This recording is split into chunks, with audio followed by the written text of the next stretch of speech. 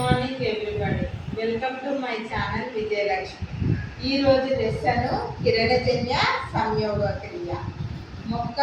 జీవులు తమ శరీరాభివృద్ధికి, శరీరంలోని ఉష్ణోగ్రతను క్రమపరుచుకోవడానికి ఆహార పదార్థాలను సేకరించడాన్ని పోషణాన్ని అంటారు.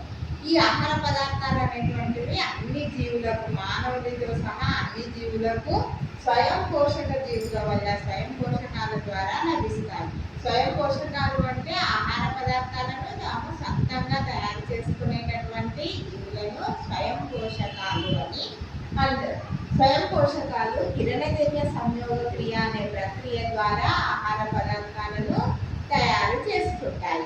కిరణజన్య సంయోగ ప్రక్రియ దానిలో మొక్కలు అనేటువంటివి గాలిలోని కార్బన్ డైఆక్సైడ్ను, నేలలోని నీటిని, ఖనిజ లవణాలను సేకరించి కాంతి సమక్షంలో పత్రహరితం నందు గ్లూకోజాలను, పిండి పదార్థాలను, స్టార్చ్లను తయారు చేసుకోవడాన్ని కిరణజన్య సంయోగ క్రియ అని అంటారు.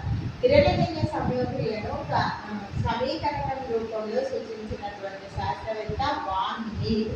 6CO2 + 12H2O న్యూట్రలైజ్ కాంతి పత్రహరితము C6H6O6 + 6H2O + O2.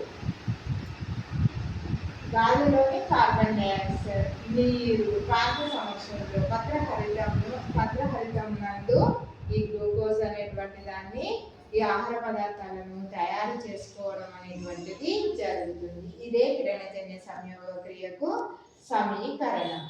అయితే నీటి అణువు నుండి ఆక్సిజన్ అనేటువంటిది వెలువడుతుందని రాబర్ట్ హిల్ అనేటువంటి శాస్త్రవేత్త తెలియజేయడం జరిగింది. కిరణజన్య సంయోగ క్రియ కారకాలు, వాటిని గురించి తెలుసుకుందాం. నీరు, శరీరము, మొక్కలు వాటి బరువు పెరుగుదలకు ఉపయోగపడేటువంటిది నీరు అని మొట్టమొదటిసారిగా తెలియజేసింది వాన్ హెల్మెంట్. ఈ నీటిని వినియోగించుకొని మొక్కలు ఆహార పదార్థాలను తయారు చేసుకొని బరువు పెరగడము అనేటువంటిది జరుగుతుంది. ఈ ప్రక్రియ కిరణజన్య సంయోగ క్రియ ద్వారానే జరుగుతుంది. Next carbon dioxide. గాలిలోని కార్బన్ డైఆక్సైడ్ను వినియోగించుకుంటాయి మొక్కలు కిరణజన్య సంయోగ క్రియలు. దీన్ని నిరూపించేటటువంటి ప్రయోగం ఏంటిది అని అంటే, ఒక కుండీలో పెరుగుతున్నటువంటి మొక్కను కొన్ని రోజుల వరకు చీకటి గదిలో ఉంచాలి. తర్వాత దాన్ని బయటకు తీయాలి. ఒక 10 రోజులు చీకటి గదిలో ఉంచిన తర్వాత మొక్కను బయటకు తీసిన తర్వాత దాని ఆకుకు సగభాగం మాత్రమే ఉండేటట్టు ఒక సీసాలో KOHని వేసి సన్నని రంధ్రం కలిగినటువంటి సీసాలోనికి ఆకును దూర్చాలి.